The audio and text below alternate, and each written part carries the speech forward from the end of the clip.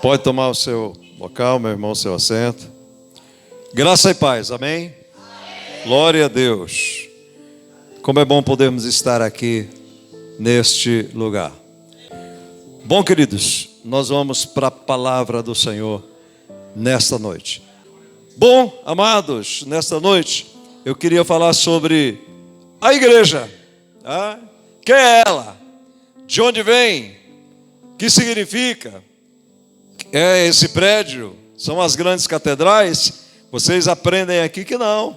Igreja não é templo. Igreja não são prédios, por mais majestosos que eles possam ser. Mas não são. Eles podem ter paredes cravadas de ouro, pode ser o que for. São apenas templos. Mas quando eu falo da igreja, eu falo de mim, eu falo de você, eu falo dos seres humanos. Então, eu coloquei um título aqui de Ame a sua igreja. Porque quem ama a sua igreja, ama-se a si próprio, uma vez que a igreja é feita comigo, com você, com cada um de nós. E a importância dela é fantástica. Vou trazer alguns textos nessa noite para enfatizar isso. A importância da igreja. Sabe, irmãos, eu me preocupo tanto que vocês saibam o que estão fazendo, que vocês tenham noção de quem vocês são, quem eram, ficou no passado, mas quem vocês são, mas se lembre de quem vocês eram, e hoje quem vocês são. Esdras, quando volta do cativeiro, ele tinha uma função muito especial. Neemias veio para reconstruir os muros, e Esdras veio para ler ali a história do povo, como Deus tirou eles do cativeiro, passou pelo deserto, abriu o mar, e ele relembrava aquilo a toda aquela multidão dos israelitas, para dizer, Deus fez assim, assim, assim. Então é bom lembrar do passado, né? Dizer, olha, quem eu fui, quem eu sou hoje, né? Você é a igreja, e Deus fez o ser humano para viver em comunidade. Isso é muito interessante.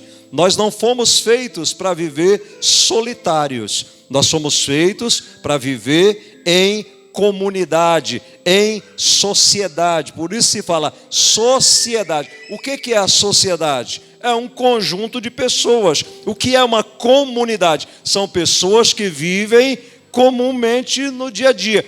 Vivem e convivem. O que é conviver? É viver com. Esta é a verdade. Deus fez assim. Ele olha para o Éden e vê o Adão lá no jardim do Éden sozinho. Não tinha com quem falar, não tinha com quem conversar. E aí, qual foi a conclusão do Criador da sabedoria? Porque se o diabo é o pai da mentira, Deus é o pai da verdade, da sabedoria. Ele olha lá e ele diz, não é bom.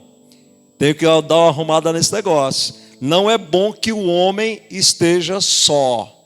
Aí ele fez o quê? Pôs o homem para dormir, né? Uma anestesia geral no homem.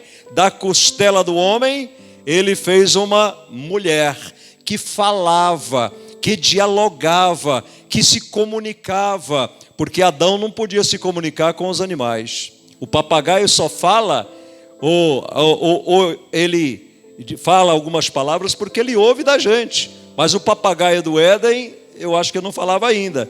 Então Deus fez a mulher para se comunicar com Adão e Adão se comunicar. É comunicação interpessoal. O ser humano foi feito para viver em sociedade, em comunidade, conversar uns com os outros.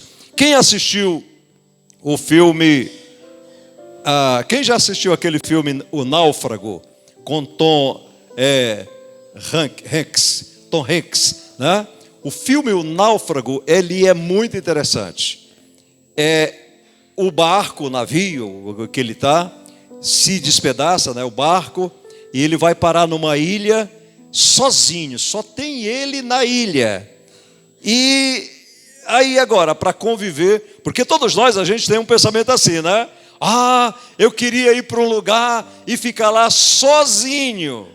Ok, por um dia, 2 dias, até que é bom. Mas se passar disso, meu amigo, haja visto os que vão embora. E olha que é bem diferente. Saem de São Paulo, da cidade grande, e falam assim, vou morar na chácara, vou morar lá na cidadezinha do interior.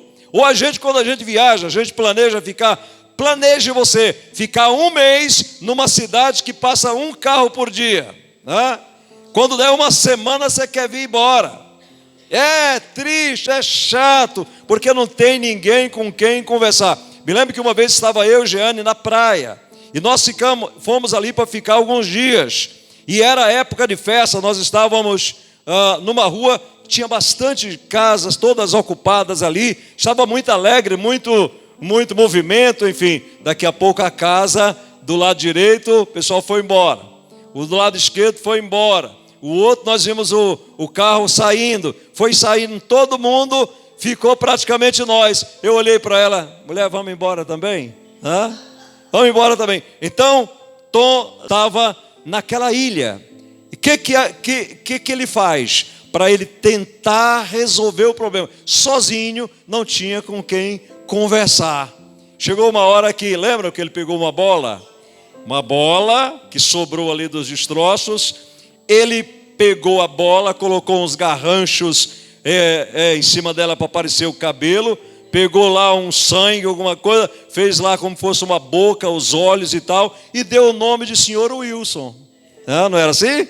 E ele conversava com o Sr. Wilson que ele tinha criado, batia um papo com aquela bola como que fosse um ser humano. E dessa forma, ele passou, na história do filme, ele passou ali 7 anos, até que ele foi socorrido naquela ilha. A pior coisa que pode existir na vida do ser humano chama-se solidão. Solidão. É por isso que a gente tem que tomar cuidado com os nossos idosos, né? Os idosos são vítimas disso. Muitas vezes eles são jogados solitários. Eu me lembro de uma cena triste que eu tive quando cheguei em São Paulo. Eu fui visitar uma tia que eu não via a vida toda. Eu ouvia falar no nome dela, mas eu não conhecia essa tia. E eu fui visitá-la aqui em São Paulo. Tinha os filhos morando ali perto. No entanto, colocaram a minha tia num quarto, um quartinho, que tinha um banheiro do lado de fora e uma lâmpada de 15 watts. Você quer ver coisa triste? É você colocar. Por isso que a conta a gente resolve depois. Mas se eu estiver só em casa, eu já disse a vocês, se eu estiver só em casa, eu ligo todas as lâmpadas. Ligo as lâmpadas em casa. E a lâmpada é um negócio interessante. Luz fraquinha, ela traduz tristeza. Você entra numa casa, a lâmpada bem fraquinha. Ah, que coisa triste. E a minha tia estava lá com a lâmpada de 15 watts. Naquele tempo era aqueles telefones de... Lembra? Ela já não enxergava mais nada. Eu acho que os filhos colocaram aquele telefone para quando ela morresse, ela ligar. Entendeu? Devia ser isso. Então, vivendo. E quando eu conversei com a minha tia, uma das coisas que eu via no olhar dela, que ela traduzia não só nas palavras, ela perguntou pelo meu pai, ela perguntou uma série de coisas. E outra coisa interessante, quando você for visitar um idoso, deixa ele falar, porque ele vai falar bastante. E a forma dele falar é a forma dele reviver, de remoçar novamente, dizer assim, eu fui isso, eu fiz isso, e deixa ele contar as histórias dele. Se ele acrescentar um pouco mais, não tem problema. Deixa ele contar. E a minha tia contou, eu notei que ela melhorou, mas enquanto ela contava, eu via a tristeza nos olhos dela. Por quê? Solidão. Solidão. Penso numa pessoa que recebe uma visita lá uma vez. Isso é terrível. Então, solidão é uma coisa que mata. Nós estamos vivendo no século 21 e um dos maiores problemas que hoje nós ouvimos falar é o quê? Depressão, né? Não era para estar melhor, mas não, as pessoas estão depressivas. Então, qual é a importância da igreja? Toda vez que nós fugimos do original, daquilo que Deus planejou para ser, vai dar errado, vai dar errado. Não tenta driblar e dizer assim, olha, Deus fez assim, porque, tudo bem, eu concordo, mas eu não vou fazer do jeito de Deus, eu vou fazer do meu jeito. Você faz e você vai ter problemas. A importância da igreja. Vejamos então, na Bíblia, a importância do que é ser igreja, do que é ter a igreja, do que é estar na igreja, do que é ser igreja, porque melhor do que estar é ser. Vamos lá então, Mateus, o clássico versículos, 2 versículos clássicos sobre a igreja para iniciar. Mateus capítulo 16, versículos 18 e 19. Se os irmãos estiverem colocando lá, eu não sei se está funcionando. Mateus 16, 18 e 19. Diz assim: e também eu te digo que tu és Pedro, e sobre esta pedra edificarei a minha igreja, e as portas do inferno não prevalecerão contra ela. Olha a promessa: e eu te darei as chaves do reino dos céus, e tudo o que ligares na terra será ligado nos céus, e tudo o que desligares na terra será desligado nos céus. Olha a importância. Quando Jesus conversa com os discípulos, estão dizendo por aí que eu sou. Ele disseram, um diz que é o profeta que ressuscitou, enfim, reapareceu. Outros dizem, e vocês, o que dizem? E Pedro diz, tu és o Cristo, o Filho de Deus. E Jesus diz isso para ele. Também digo a você, Pedro, que tu, não foi você que revelou isso, mas o meu Pai que te revelou.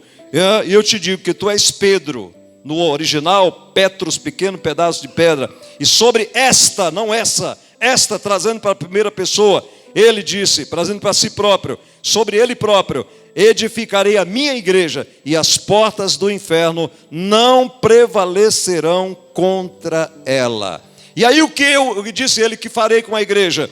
Eu vou dar a igreja, as chaves do reino dos céus. Irmãos, quando você tem a chave de um local, você põe para dentro quem você quer. Senão você não põe. Você tem a chave. Ter a chave significa ter o controle. Pelo amor de Cristo, entendam esta palavra. Ter a chave significa ter o controle. A igreja de Jesus na terra, ela tem o controle do reino dos céus, porque ela pode abrir a porta através de Jesus e pôr as pessoas no reino dos céus.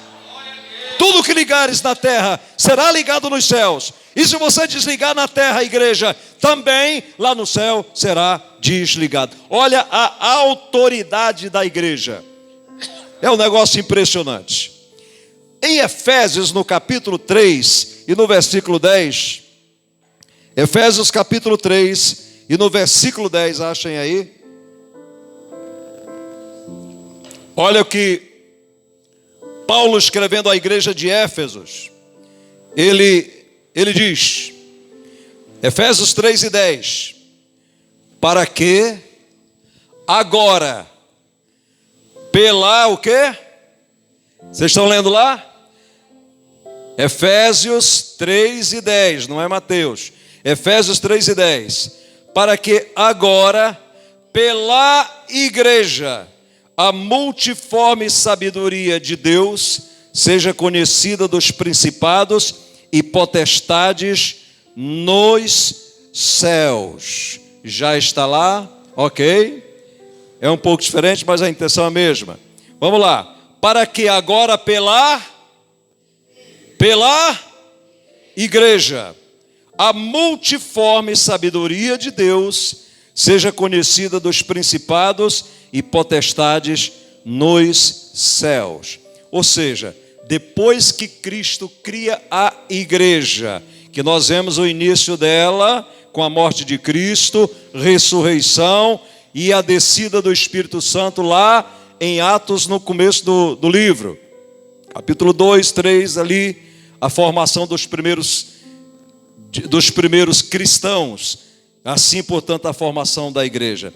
E Paulo agora está dizendo, olha, agora pela igreja, a multiforme, o que é isso? A graça, a forma, a multiforma. Deus é amor, Deus é justiça, Deus é vingança, Deus é salvação, Deus é tudo. Então agora por esse tudo, sabedoria de Deus, seja conhecida de quem? Dos principados e potestades nos céus. a partir de agora, os anjos passam a conhecer tudo isso de Deus através da igreja. Olha, a importância da igreja, seja conhecida deles lá no céu, os principados e potestades nos céus, seja conhecida agora pela igreja. É a igreja agora que representa o poder de Deus, é a igreja agora que representa a multiforme graça de Deus, é a igreja que os anjos, quando a igreja canta, quando a igreja glorifica, quando a igreja ora, os principados no céu olham e veem a sabedoria de Deus, olham e veem o amor de Deus, olham e veem a justiça de Deus, olham e veem a multiforme graça de Deus através de mim e de você. Mas será que você já parou para pensar nisso alguma vez? Que os anjos olham para você e eles precisam ver em você Deus. É profundo isso, queridos. É muito profundo. Aleluia. Tito, no capítulo 2 e no versículo 14, olha o que diz a carta de Tito, capítulo 2, versículo 14, diz assim: o qual se deu a si mesmo por nós. Para quê? Para nos remir de toda a iniquidade e purificar para si o quê? Um povo seu, especial, zeloso e de boas obras. Quem é esse povo? Quem é esse povo? Senão a igreja. Ele fez isso, deu a si mesmo por nós, para nos remir, acabar com o pecado na nossa vida, nos purificar de toda a iniquidade, de todo o pecado. E purificar é uma palavra que, quando fala em purificar, lembra do ouro sendo purificado. Como é que purifica, irmãos? Como é que purifica? O ouro é no fogo, e ele queima, o fogo queima, até que o ouro não tem impureza nenhuma. E diz que os que trabalham na purificação do ouro, qual é o sinal de que o ouro está puro? É quando eles pegam o ouro e o purificador olha e se vê no ouro, como fosse um espelho, ele se vê naquele ouro ali, como que seja um espelho sem mancha nenhuma. Se tiver mancha, volta para o fogo. Quando ele se olha como eu olho nesta água, e eu posso me ver, como eu olho no espelho e eu me vejo, sem mácula, sem mancha nenhuma, o ouro está bom, está purificado, no maior quilate que ele pode ter. Então quando Deus chama a gente para ser igreja, Ele vai nos purificar, e vai ter hora que vai queimar, que vai arder, que vai doer, mas Ele está purificando. Se o ouro pudesse falar para o purificador, ele diria: não faça isso comigo, não faça isso. Esses tempos eu falava da xicrinha bonitinha, que está lá na nossa casa. Você pega, você vai lá em interior de São Paulo, onde as irmãs gostam de ir, lá em Porto Ferreira, e chega lá, é lindo, as lojas estão cheias. Você pega um prato, você pega uma xícara, que linda que é aquela xicrinha, mas você não parou para pensar o processo de purificação que aquela xícara passou. Antes era só uma argila, um homem pegou, modelou, fez uma xícara, depois essa xícara foi para o forno, depois que ela saiu do forno muito quente, ela recebe um verniz, uma decoração, e você chega lá na loja, e você fala: que xícara linda, quero comprar um conjunto dessas xícaras. E você já pensa nas pessoas chegando na sua casa e usando aquela xícara, perguntando onde você comprou e que xícara linda que você tem, mas você não parou para pensar o processo que a xícara passou para chegar naquele ponto de lindeza. E se o barro pudesse dizer, a xícara pudesse falar, diria: não vou passar, prefiro ficar feia do que passar por esse processo. Mas não depende dela, o barro não manda no oleiro, o oleiro é quem manda no barro, e se o vaso quebrar, ele é poderoso para fazer de novo. Mas hoje nós temos uma rebeldia absurda. Lembre-se, Deus está te purificando. Para quê? Para remir de toda iniquidade e purificar para si. Meu amado, em nome de Jesus, deixa essa palavra entrar no teu coração. Se você e eu que somos homens, aliás, Jesus disse isso. Eu acho lindo porque Jesus pregava coisas profundíssimas de uma forma muito simples. E os homens têm uma mania de querer filosofar com coisas simples, deixando muito difícil para as pessoas entenderem, né? É a pleoplasia do espírito, deve ser. Mas ele diz, olha, qual de vocês é o homem? Que se seu filho lhe pedir peixe, lhe dá uma serpente, pedir pão, dá uma pedra. Ah, nenhum de nós. Então, se vocês que são maus, são pecadores, sabem, querem dar coisas boas para os filhos de vocês, imagina o vosso Pai Celestial, que dará o Espírito Santo àqueles que lhe pedirem.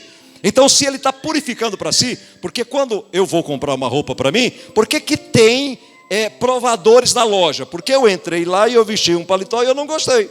Aí eu fui lá e peguei outro. Mas o paletó ficou... As irmãs me doaram agora, nesses dias aí do meu aniversário, um terno. O terno, inclusive eu estava com ele domingo passado. Mas eu vesti o terno e as mangas estavam grandes, o paletó, as mangas grandes, ele estava muito comprido. Eu levei na loja de novo, a mulher marcou direitinho, reajustou o terno. Por que eu mandei reajustar? Porque é para mim que vou usar. Então eu não quero vir com um terno com a manga saindo lá na ponta dos meus dedos, né? Um que parecia que o defunto era maior, nada disso. Eu quero um terno que caia bem. E porque o terno é para mim. Agora, se nós somos cuidadosos com a casa que moramos, com o carro que usamos, com a roupa que vestimos, imagina Deus. E a palavra está dizendo que Deus quer purificar para Ele próprio um povo seu, especial, zeloso e de boas obras. Esse povo chama-se Igreja de Cristo na face da terra. É por isso que você passa pelos apertos. É por isso que você passa pelo fogo, pela provação, porque Deus está purificando para si um povo zeloso, especial e de boas obras. Se não for assim, não é igreja. Se não for assim, não é povo de Deus. Se não for assim, é qualquer outra coisa, menos povo de Deus. Eu sou um barro que fala. Eu não venho mexer comigo não, porque é do meu jeito. Eu sou Gabriela, eu nasci assim, vou viver assim, vou morrer assim. Eu sou assim. Tu não faz parte da igreja se comportar desse jeito. Mas agora se vier a correção, se o fogo vier e você disser, Senhor, o próprio Senhor Jesus disse, oh Pai, se for possível. Ele não pediu dando ordem. Ele pediu da forma condicional. Se for possível, passa de mim esse cálice, sem que eu beba. Aí ele já corrige rapidamente, mesmo nessa educação toda. Ele fala assim, todavia, não se faça a minha vontade, mas a tua vontade. E a Bíblia diz, como eu preguei recentemente, que a vontade de Deus foi moê-lo, foi feri-lo, moê-lo e matá-lo, para resgatar a mim e a você, e de nós fazer a igreja. Então é um povo seu, zeloso e de boas obras. E o que é a igreja também? A Bíblia diz em Mateus 5:13, o quê? Que a igreja é o sal da terra e a luz do mundo. A igreja é o sal da terra e a luz do mundo. Ei, repita comigo, vamos acordar, diga, a igreja é o sal da terra e a luz do mundo. Mateus 5:13 diz assim, Mateus 5:13, eu não posso esperar também por causa da nossa transmissão. Mateus 5:13, vocês são o sal da terra para a humanidade. Mas se o sal perde o gosto, deixa de ser sal e não serve para mais nada. É jogado fora e pisado pelas pessoas que passam. Outra coisa, no 14, vocês são a luz para o mundo.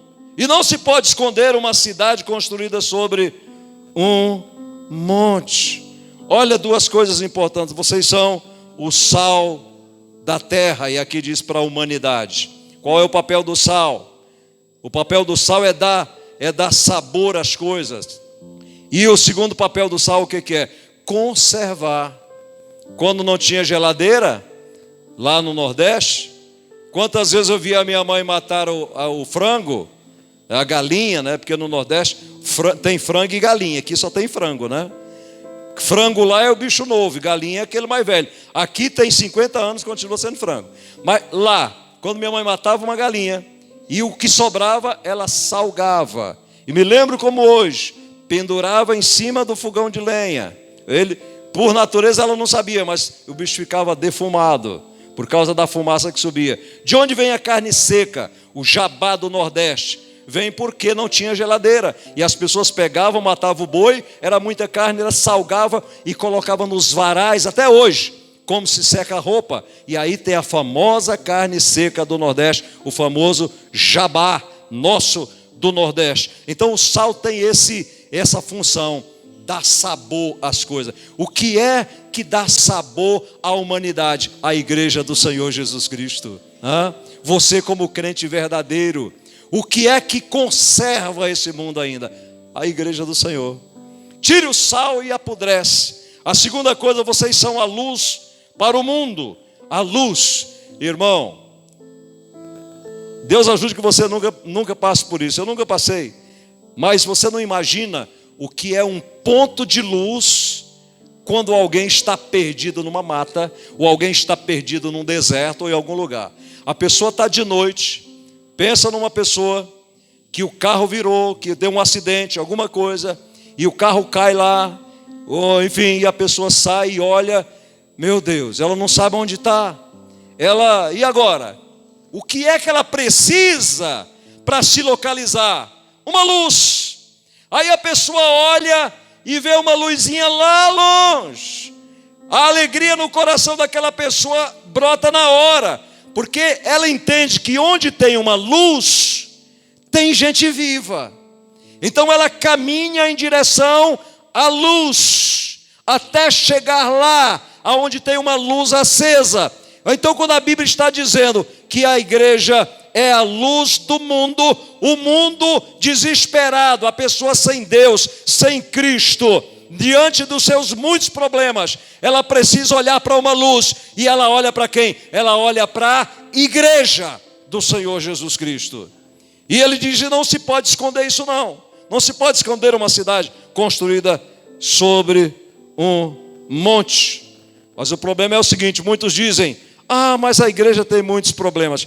Infelizmente hoje o nome igreja, assim como o nome pastor, foi jogado na vala comum daqueles que vão pagar um preço caro diante do dono da igreja, diante do cabeça da igreja, que é Jesus Cristo, porque eles vulgarizaram o nome igreja e o nome pastor. Então quando se fala igreja, as pessoas têm desprezo à igreja. Tem gente que diz o seguinte, pastor, ou pode falar com você, fala assim, eu sou temente a Deus, eu continuo orando, lendo a palavra, mas não quero saber de igreja. O diabo gosta disso, né? Não quero saber de igreja. Por isso que eu digo que essas pessoas que estão maculando a noiva, jogando lama no vestido da noiva, vão ter um preço a acertar com o noivo. Você pode ter certeza. Todo noivo é protetor. Todo noivo é rico, todo noivo é feliz e todo noivo é protetor. Imagina estar aqui o noivo aqui na frente. O Adriano estava aqui no dia que veio casar. Dá um exemplo. E aí, de repente, o Adriano é um baiano, pacato, tal, mas é o noivo. Aí o Adriano está aqui e a Karine vem de lá com o seu vestido de noiva, o seu véu de noiva. Ela vem lá e um engraçadinho fala umas coisas desagradáveis com ela, pega a lama ali, enche a mão e joga no vestido da Karine. O baiano, por mais pacato que seja, eu acho que ele vai ficar muito brabo com quem fez isso. E se esse camarada não correr, vai ter lá uma lição. Imagina os que hoje estão jogando lama no vestido da noiva chamada igreja. O noivo vai acertar a conta com vocês. Vocês podem ter certeza disso. Então as pessoas dizem, Eu quero Deus, mas eu não quero a igreja. E aí não é possível você querer Deus sem querer a igreja. Porque agora é pela igreja que a multiforme graça de Deus é revelada não só aos homens, mas os anjos, arcanjos e querubins e demônios, seja quem for, é pela igreja. Então acorda, igreja, acorda em nome de Jesus, porque você é importante. É através de você que Deus se revela à humanidade. Através da igreja. E aí quero ser crente sem igreja, não dá. É como soldado sem quartel, sem guarnição. É como alguém que diz, olha, eu comprou uma farda, enfim, eu não vou no quartel, mas eu sou policial. Não, você não está numa guarnição, você não está aquartelado, você não tem um poder militar que te apoie. Então você não é, você é um policial falso. Não foi, você é um bandido, né? Vestido com a roupa da polícia, foi lá no centro, comprou uma roupa e foi, mas não era polícia, então é impossível, é aquilo que a gente fala sempre, já virou costumeiro, clichê se falar, corpo sem cabeça, é a sombra, né? Tudo que sai do corpo apodrece, entendam isso, se tirar o dedo do corpo ele apodrece, se tirar o pé do corpo ele apodrece, o corpo não morre, mas aquela parte apodrece, então sem igreja não é possível. Mas a igreja tem muitos problemas. Sabe o que é igreja? Igreja, na realidade, é um local de santos em formação. Não tem ninguém santo completo na igreja. Quando eu digo igreja, não estou me referindo só à igreja local. A igreja, de um modo geral, é o quê? É uma reunião de santos em formação. Eles estão sendo formados. E é interessante que antes que a obra termine, não é bonito. Não é bonito. Você passa em frente a uma casa e ela está na construção. É bonito? Você fala, olha que casa linda. Não é linda ainda. Um dia ela vai ser. Não é assim? Eu morava ali em cima e toda vez que eu saía da minha sacada, tinha um pessoal construindo uns prédios, esses sobradinhos, né, de 2 andares. Irmão, e eu todo dia olhava aquilo lá, ia subindo. Tinha só lá o alicerce, depois foi subindo. Você passa, não tem nada bonito. Tem sujeira. Quando está se construindo uma casa, tem sujeira, pedaço de tijolos, tem massa de cimento jogado para todo lado. Agora, quando termina aquela casa, você passa em frente, a casa está pintadinha, está linda. Você olha e fala assim, gente, como ficou linda essa casa. Pois bem, a igreja é isso. As pessoas olham e ainda não conseguem ver coisas bonitas da igreja. Mas a Bíblia diz que aquele que começou a boa obra é fiel e justo para aperfeiçoar até o fim. Um dia, Cristo vem buscar a igreja e ela vai subir gloriosa, sem mancha, sem mácula. Ok, queridos? Mas alguém diz, a igreja tem problema. Então vamos ver a luz neotestamentária, ou seja, sobre o Novo Testamento. Vamos ver então algumas igrejas do Novo Testamento, porque pode ser que alguém diga aqui, olha, eu não quero igreja não. Igreja tem problema, me corrigem toda hora, enche as paciências, eu não aguento mais, só tem hipócrita na igreja, só tem gente mentirosa. É mesmo? Então vamos para a Bíblia e ver se alguma vez foi diferente. Igreja, a primeira da relação que eu coloquei aqui, a igreja de Atos, ou seja, a igreja de Jerusalém. Comigo aqui, inclusive a Johanna, a avó dela. Vamos lá, igreja de Jerusalém, a igreja de Atos. Qual era o problema dessa igreja, irmãos? Comigo aqui, tinha briga por causa de cestas básicas. A igreja primitiva, que todos nós sonhamos em ser um modelo, uma cópia, uma extensão dela. E é bom, porque a gente não pode olhar para os defeitos, a gente tem que olhar para as virtudes. Porque se eu olhar para a Priscila, se a Priscila mudar, se ela olhar para mim e ela ver só os defeitos meus, ela nem chega perto de mim. Agora, se ela olhar e ela ver minhas virtudes, possivelmente sejam maiores do que os defeitos. Ok? E aí ela falou, não, vou continuar. A igreja de Jerusalém tinha problema com brigas por causa de cesta básica. As viúvas dos judeus gregos chegaram, isso foi parar nos apóstolos. Chegaram para os apóstolos e disseram assim, tem que resolver um problema que está acontecendo aí. O que é? As viúvas dos judeus estão ficando com as cestas básicas todas, e as gregas estão esquecendo delas. Precisa resolver isso. Olha o que está em Atos 6:1. Diz assim: naqueles dias, crescendo o número de discípulos, os judeus de fala grega, entre eles, queixaram-se dos judeus de fala hebraica, porque suas viúvas estavam sendo esquecidas na distribuição diária de alimento. Olha só, vê se uma igreja dessa, problema com cesta básica, irmão. Seres humanos. Ah, não deu a cesta para mim. Ah, não deu a cesta. Aí chega essa história para os apóstolos. Aí o que eles fazem?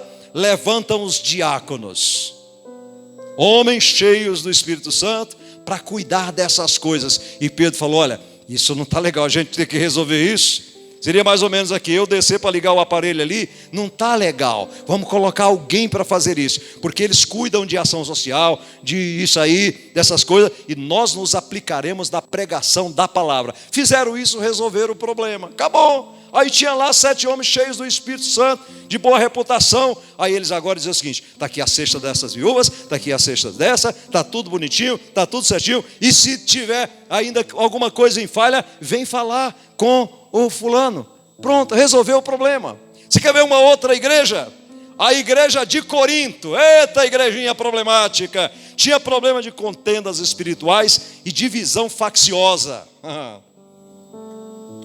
Paulo tem que escrever 2 cartas grandes a essa igreja.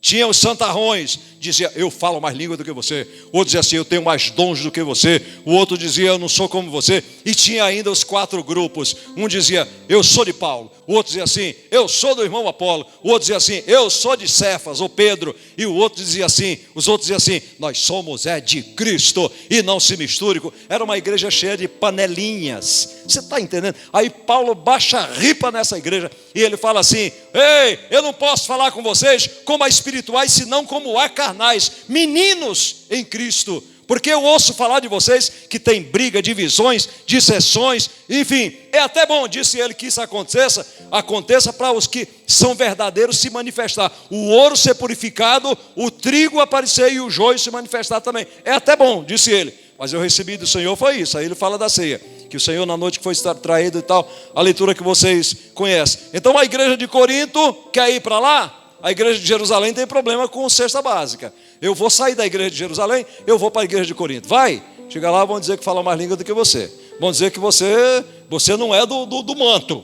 Vão dizer que você não é do repleplé. Vão dizer que você, e olha, e você vai ter 4 grupos lá chamando você. Ei, vem para o nosso grupo que nós somos do Paulo. Não, vem para o nosso que nós somos do Apolo. Vem para o nosso que nós somos de Pedro. E vai ter um grupo para dizer: vem para o grupo de Cristo. Isso é a igreja, com seus problemas. Quer uma outra igreja? A igreja da Galácia. A igreja para onde Paulo escreveu a carta aos Gálatas. Sabe o que tinha nessa igreja? Tinha problema de falso ensinamento e rejeição ao próprio apóstolo Paulo. Paulo viaja, aparece lá uns camaradas dizendo que Paulo não era apóstolo, que o que ele pregava não estava certo e que eles não dessem ouvido a Paulo. Olha, problema de... Aí Paulo fica sabendo disso, manda uma carta arregaçando. Gálatas 3:1 diz assim: ó insensatos Gálatas, quem vos fascinou para não obedecerdes à verdade? A vós perante os olhos de quem Jesus Cristo foi evidenciado, crucificado entre vós. Aí no versículo 3, ele diz assim: sois tão insensatos, que tendo começado pelo Espírito, acabeis agora pela carne. Vocês são tão ignorantes, tão insensatos, insensíveis, que começando pelo Espírito, agora estão terminando pela carne, dando ouvido a mentirosos, que estão pregando. E ele chega a dizer para essa igreja: olha, entenda uma coisa, se um anjo descer do céu e vos pregar um outro evangelho, que ele seja maldito, não deem ouvido. Isso era a igreja da Galácia. Quer mais uma igreja boa para você ir? É a igreja de Filipos. Está tudo na Bíblia. Porque de repente a igreja Batista Comunhão Ágape não serve, a Assembleia de Deus ali não serve, a igreja do nosso Senhor Jesus Cristo ali não serve. Não serve. Então vamos lá, vai para a igreja de Filipos. Sabe o que tinha lá? Problema de relacionamento entre membros. Tinha 2 irmãzinhas lá se engalfinhando, e Paulo manda uma carta e cita o nome delas publicamente, não fica um dedo não, Diz assim, olha, eu tenho problema aí, mas eu não vou falar quem é. É? O pastor Paulo não era o pastor F. Neto. O pastor Paulo descia a lenha. Vamos lá. Filipenses 4:2. Tinha duas irmãzinhas lá, crente, irmãos. Elas ajudaram Paulo, barbaridade. E olha que essa igreja de Filipos era uma igreja que Paulo amava essa igreja. Amava. Mas por causa disso, um pequeno problema, porque uma pequena fagulha pode incendiar uma selva. Não é assim? Surgiu o problema, ele foi resolver. Tinha lá duas irmãs, a Evódia e a Sintique. Olha só. E ele começa citando o nome delas. Evódia e Sintique. Peço, por favor, que procurem viver bem uma com a outra como irmãs na fé. Eu estou lendo ele ali diz, eu rogo, né? Eu estou lendo na linguagem de hoje. Evódia e Sintique. Peço, por favor, que procurem viver bem uma com a outra, como irmãs na fé. E a você, meu fiel companheiro de trabalho, peço que ajude essas duas irmãs, pois elas, junto com Clemente e todos os outros meus companheiros, trabalharam muito para espalhar o Evangelho. Os nomes deles estão escritos no livro da vida, que pertence a Deus. Tenham sempre alegria, unidos com o Senhor. Repito, tenham alegria. Pois é, era a igreja de Filipos. Duas irmãs lá se engalfiando. E Paulo falou, opa, vamos parar com isso? Vamos resolver esse problema aí? Vamos lá? Quer outra igreja boa para você ir? Estou dando aqui um leque. Vai para a igreja de Laodiceia. Igreja de Laodiceia. Sabe o que tinha lá? Tinha gente orgulhosa, nariz empinado e arrogante. Eita, tá bom para você? Dá para ficar nessa igreja? Uma igreja que tem gente orgulhosa, nariz empinado e arrogante. Aí Apocalipse capítulo 3, versículos 15 a 17. O Senhor diz à igreja de Laodiceia, Apocalipse 3, 15 a 17. Ele diz assim, eu sei o que vocês têm feito. Ou seja, ninguém engana nada, a Deus não se esconde nada. Sei que não são nem frios e nem quentes, como gostaria que fosse, uma coisa ou outra. Mas porque são apenas mornos, nem frios e nem quentes, vou vomitá-los da minha boca. Vocês dizem, olha a arrogância, somos ricos, estamos bem de vida e temos tudo o que precisamos, mas não sabem que são miseráveis, infelizes, pobres, nus e cegos. Meu Deus do céu. Imagina eu chegando aqui e despejando essa lista em cima de vocês. Mas o Senhor está falando para a igreja lá. Vocês acham que vocês são o supra-sumo da coisa? Vocês são uma bola da vez? Diz, a gente não tem necessidade de palavra. Vamos trazer um pouquinho para hoje. Não tem necessidade de culto, não. Nós estamos bem. Nós ouvimos uma vez de uma pessoa dizendo o seguinte, não me procure mais. Estou super bem. No meu casamento, na minha vida profissional, em tudo. Não se preocupe comigo que estou super bem. Você está super bem? A gente sabe que a pessoa não está. Mas ela está dizendo que está. A igreja de Laodiceia estava dizendo, somos ricos, estamos bem de vida, temos tudo o que precisamos. Mas não sabiam que eles eram miseráveis, infelizes, pobres, nus e cegos. E para finalizar, pastor, não quero ficar nessa igreja não. É mesmo? Eu vou indicar uma outra para você. Vai para a igreja de Sardes. A igreja de Sardes, que está em Apocalipse 3:1. Tinha gente achando que estava viva, na realidade estava morta. A Grazi olhou para mim agora e falou, pastor, nossa igreja está muito melhor, não está não? Do que essa lista que eu estou trazendo aqui. Olha Apocalipse 3:1. Ao anjo da igreja de Sardes escreve o seguinte, esta é a mensagem daquele que tem os 7 Espíritos de Deus e as 7 estrelas. Eu sei o que vocês estão fazendo, viu? Vocês dizem que estão vivos, mas de fato estão mortos. Nós somos só zoada, como diz na minha terra. Só barulho. Mas eu vou trazer mais uma igreja, porque acho que até agora vocês não gostaram de nenhuma. Nenhuma. Não, pastor, não quero ir para Jerusalém, não quero ir para Filipe, não quero ir para... Então, que tal a igreja de Tiatira? Essa é boa. A igreja de Tiatira. Saí da igreja batista Comunhão Ágape. Está onde agora, meu irmão? Estou na igreja de Tiatira. E lá é uma bênção. É mesmo. Então vamos ver o que foi que o Senhor mandou dizer para a igreja de Tiatira em Apocalipse, no capítulo 2, no versículo 20. Ele diz assim: eu tenho contra vocês uma coisa. 2 pontos. Diga, Senhor. É que toleram Jezabel, aquela mulher que diz que é profetisa. Ela leva os meus servos para o mau caminho, ensinando-os a cometer imoralidade sexual e a comerem alimentos que foram sacrificados aos ídolos, alimentos que foram oferecidos aos ídolos. Pronto, igreja boa. É a igreja a turma do nada a ver. Essa igreja tem tantos membros hoje, nada a ver. Tatuagem em todo canto, nada a ver. Não tem problema não. Vem ao culto quando quiser, nada a ver. Ter mais de um relacionamento conjugal, nada a ver. Jovem ter relação sexual antes do casamento, nada a ver. Enfim, pinta o cabelo da cor que quiser, do jeito que quiser, raspa de lado, faz o que quiser, nada a ver. O importante é amar. É a turma do amor, tem que amar, isso é que é o importante, amar. O crente deixou de vir ao culto porque foi ao estádio de futebol assistir seu time na final, nada a ver. As pessoas têm que ter sua vida social, pastor, nada a ver. É por isso que sua igreja tem pouca gente.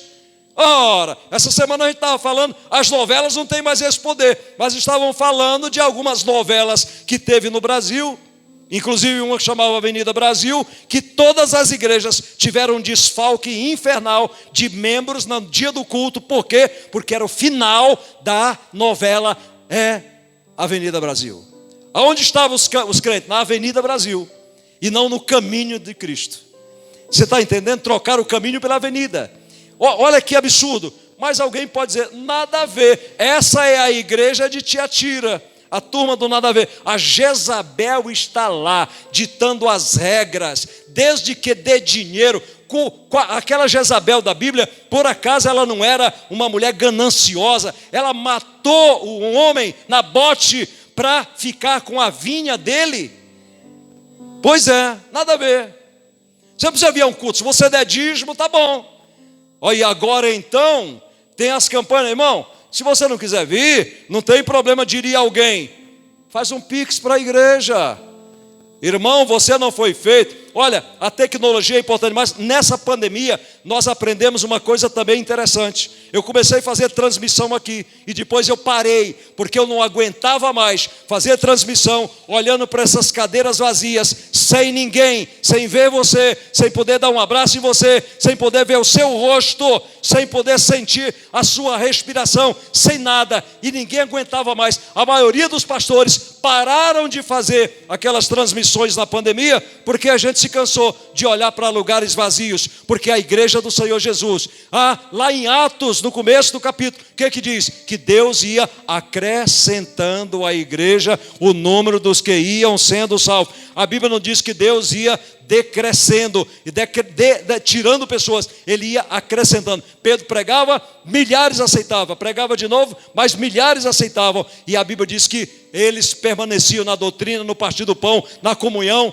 né? E na palavra que era pregada pelos apóstolos, e eles caíam na graça de Deus e do povo, e Deus ia acrescentando à igreja o número dos que haviam se salvar.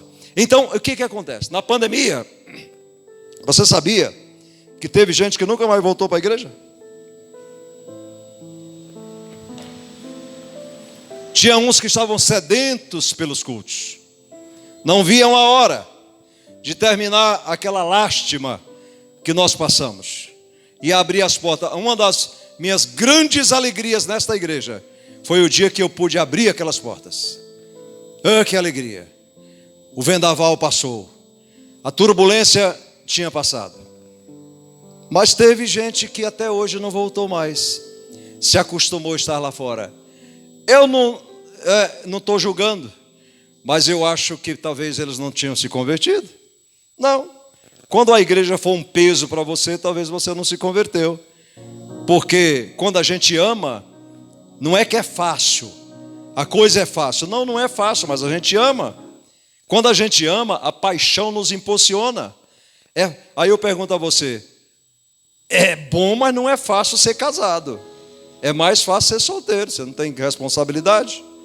Se é solteiro, tendo um ovo para você comer, tá bom. Tanto que o solteiro, a maioria do solteiro tem uma chave do quarto que mora. Quando você casa, vai aumentando o chaveiro e vai crescendo. Quando você casa, meu filho, tem que ter comida na panela. Tem que ter casa para a família morar. É fácil isso? Não é.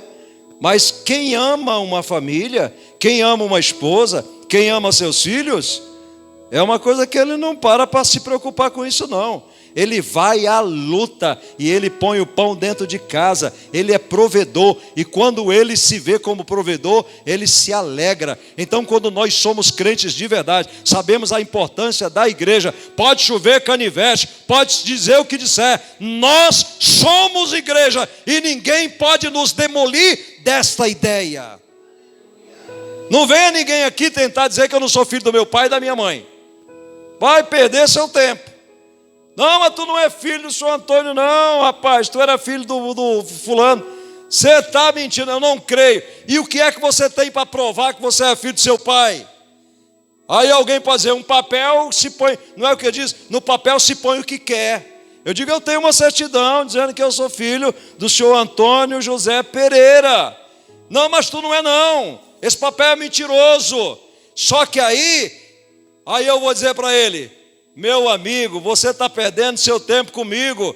Por quê? Porque eu pareço com ele, meu amigo. Eu falo como ele, eu gesticulo como ele. E eu estou cada vez mais ficando parecido com o meu pai. Você vai dizer que eu sou filho do fulano, que eu não pareço com ele? Então igreja parece com Jesus. Aleluia. Igreja não parece com o diabo. Igreja parece com Jesus, nas ações, nas obras, no amor e também na disciplina. Porque ele amou, mas ele é também disciplinador. E ele não tem meias palavras. Quer ser meu discípulo? Quem quiser vir após mim, tudo bem. Só que negue-se a si mesmo. A coisa mais difícil. Dosinha, autocompaixão. Negue-se a si mesmo. É suficiente? Não, não é não. Você tem que se negar a si mesmo e depois pegar a sua cruz, colocar nas costas e aí você vem. Negando a você, carregando a sua cruz e aí você vem. Aí dá para andar comigo. Caso contrário, esquece. Esquece. Outro se empolgou. Senhor, eu quero ir contigo, tal. Popularidade imensa de Jesus. Ele falou, rapazinho, deixa eu te contar uma história. As aves dos céus têm seus ninhos, as raposas têm os seus covis, mas o filho do homem não tem nem onde reclinar a cabeça. Você quer ir? Aí eu pergunto, você foi? Aí é que está. Aí é que está. Nós temos que entender que nós somos igreja do Senhor Jesus, unidos como corpo. Um corpo só funciona com todos os membros ali interagindo.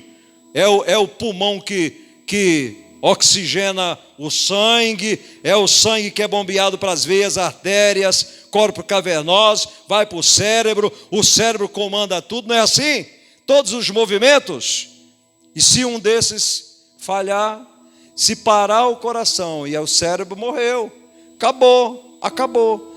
Vocês são o sal, mas se o sal não salgar, ele se tornar sem sabor, não presta mais para nada, a não ser para jogar fora e ser pisado pelos homens.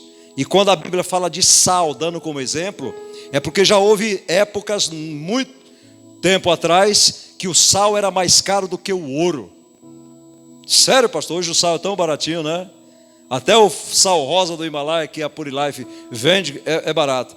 Mas veja só, já houve época que o sal era mais caro do que o ouro. E daí vem a palavra salário.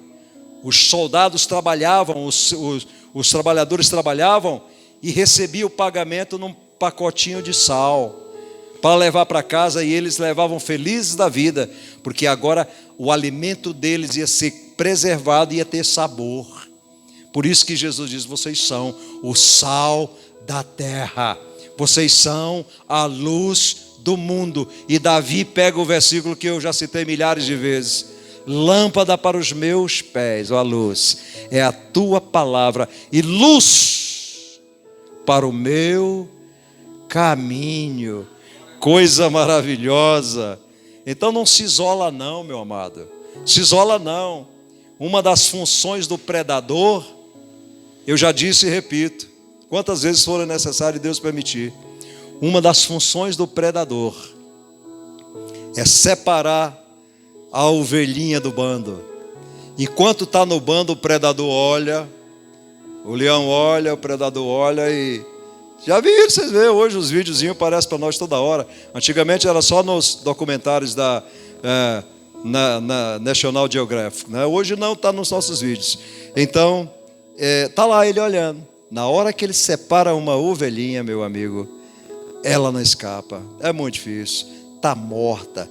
É assim que o diabo faz. Começa a mostrar para você. Por isso que crente tem que aprender a palavra. Por isso que você tem que ser membro de igreja bíblica. De igreja bíblica que prega isso aqui, que mostrei aqui na Bíblia. Há várias igrejas neotestamentárias, ou seja, do Novo Testamento, cada uma com um problema pior do que o outro. Que, como eu disse a você, igreja é, por enquanto, uma reunião de santos em formação. Um dia vai ficar lindo, mas por enquanto ainda tem muitos problemas. Muitos problemas. Então é desta forma. Vocês dizem: não, mas poxa, não, Paulo enfrentou isso. E Moisés, o que enfrentou no deserto? E olha, meu irmão, não é fácil não.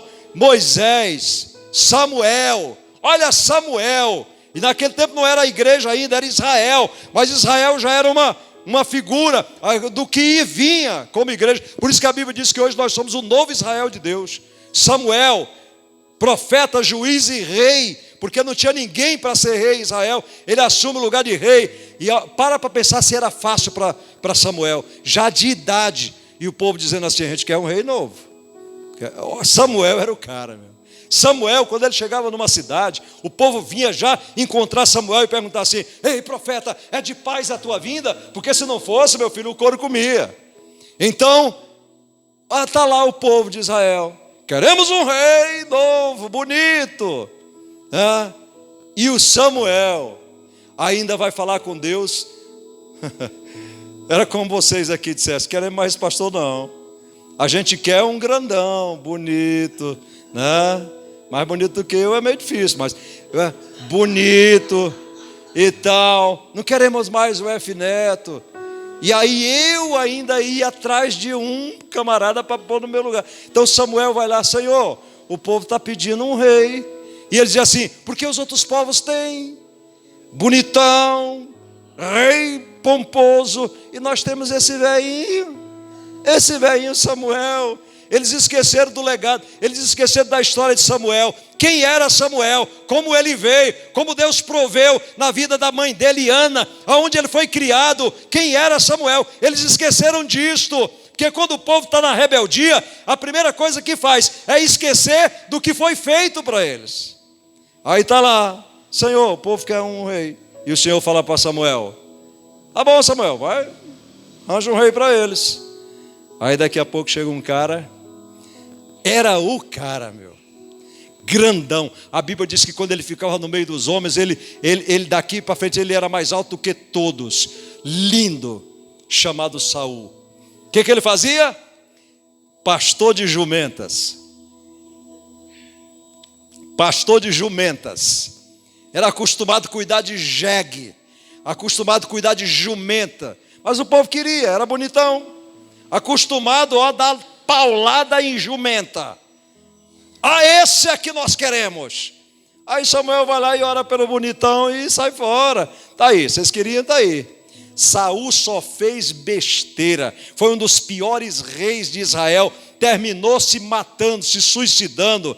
E por misericórdia de Deus. Aí agora, como é que Deus faz? Ele não faz como faz o homem. Ele agora traz um homem segundo o coração dele e totalmente diferente daquilo que o povo queria. Ele traz um menino pequenininho, adolescente, ruivo, de boa aparência, mas era diferente. Ele era pastor de ovelhas. Davi unge Samuel de novo. Oh meu Deus, tem hora que fala: Senhor, eu de novo, Senhor. Não, Senhor, manda o Adriano. Eu não quero mais fazer isso, não. Manda o Bolinha. Vai lá, você, Samuel. Unge ele. Aí Samuel chega lá. Aí o Samuel devia estar assim, a experiência de Saul, né? Grandão, bonitão. Vem lá Abinadab, Joabe, tal, bonitões, preguiçosos dentro de casa, sem fazer nada. Aí ele: opa, é esse aí é parecido com Saul, grandão. O Senhor falou: opa, jeito nenhum, Samuel. Deus não vê como vê o homem. Você, Samuel, vê o que está por fora. E ele era profeta, hein? O homem vê o exterior, mas Deus vê o interior. Passou todos os filhos de Jessé. Acabou. Deus não erra. Aí Samuel falou: e aí? E aí, Senhor? Jessé, acabaram os filhos? Só 7. Ah, peraí, profeta, tem um aí. Tem um que, se esses aqui não serviram, acho que não vale a pena não, mas ainda tem um. Onde ele está? Está cuidando das ovelhas. Manda chamar.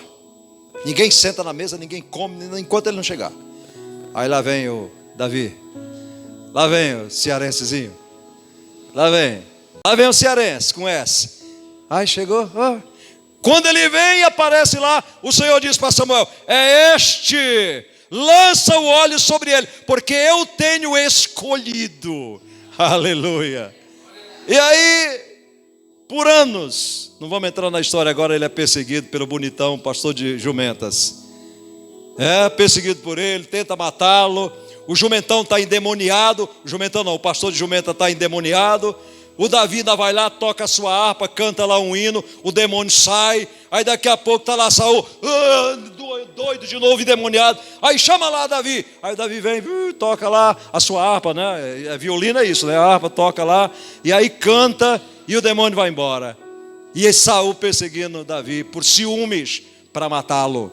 Sabe, meu amado irmão? Ah, querido, igreja é isso, é ter problemas. Mas lá no final, como eu citei recentemente aqui, Paulo dizendo: eu nem quero nem lembrar dos meus sofrimentos. Eu olho para o alvo, pelo prêmio da soberana vocação em Cristo Jesus. E lá em Romanos, no capítulo de ouro que eu amo, ele termina dizendo: sabe de uma coisa? Nada poderá nos separar do amor de Deus que está em Cristo Jesus, o nosso Senhor. Aquele que nem mesmo a seu próprio filho poupou, como não nos dará também com ele todas as coisas? É a igreja do Senhor. Ei, você é um dinamite de Deus na terra. É a igreja. Enquanto estivermos aqui, vai ter gente em formação, vai ter gente que ainda é feio de olhar. É feio você olhar para uma pessoa e ver que ela ainda fala demais, ela ainda mente, ela ainda dá uns tapas no que não é para dar os tapas, enfia o pé na jaca, mas é informação. Aquele que começou a boa obra vai aperfeiçoar, é desse jeito. Ah, mas eu não quero estar em igreja assim com problema não. Nenhuma dessas aqui serviu para você, né? Não quero estar não. Vou dar um conselho para você. Eu posso orar por você, já encomendar você para você ir para o céu hoje mesmo. Hoje mesmo. Não, pastor, eu estou querendo sair dessa igreja. Se for para a Assembleia de Deus ali, vai ter problemas. Se for para ali, vai ter problema. Se for não sei para onde, vai arrancar teu dinheiro. Se for não sei para onde, vão fazer umas campanhas doidas. Mas então eu vou para a igreja tradicional, vou sair, essa aqui é Batista Renovada, eu vou para uma tradicional. Vai ter problema, porque tu vai dar uns aleluia lá, vão pôr você para fora. Você vai ter problemas. Então, vai no céu. No céu a igreja lá não tem problema. Por enquanto não vai dar para ir para o céu, mas você vai ficar no paraíso, esperando a igreja que tem problemas, ser aperfeiçoada e entrar no céu, porque você não é tão bonitinho ao ponto de entrar primeiro. Bonitão, você quer entrar primeiro? Tem que esperar os outros. Você vai ficar no paraíso esperando o arrebatamento da igreja. Aí de repente você está lá, e aí, poxa vida, achei que eu ia entrar no céu antes. Pois não é? Tem que esperar a Eliana, caramba. Tem que esperar a Dilma. Aí fala assim, a Dilma vai demorar menos tempo. Mas eu tenho que esperar a Johanna. Acabou de nascer. E aí, como é que fica? Mas se quiser, é paraíso. É paraíso. Lá, ninguém briga com ninguém. E aqui você vai para um bairro maravilhoso. Ali em Diadema tem Vale da Paz. Oh, quando eu vou lá, nunca ouvi falar que um corpo levantou xingando o outro. Não. Eles convivem um ao lado do outro. Harmonia perfeita. O rico ao lado do pobre, o preto ao lado do branco, o gordo ao lado do magro, em harmonia perfeita. Olha que vantagem. Você quer? Eu acho que não, né? Porque você vem aqui e canta, eu queria ir para lá. Aí sai do culto, ai pastor, passei a noite no hospital. Por quê, irmão? Me deu uma dor de repente. Era para você ir para lá. Mas você correu para o médico, porque você não queria ir para lá. E aí o médico deu um jeito e não é agora que você vai para lá. Que Deus abençoe, aplauda ao Senhor, igreja do Senhor Jesus, aleluia, a Ele seja a honra, a Ele seja a glória, a Ele seja o louvor. Fica de pé, igreja, fica de pé e aplaude a Jesus, o Senhor, o dono da igreja, que quer que você viva em harmonia.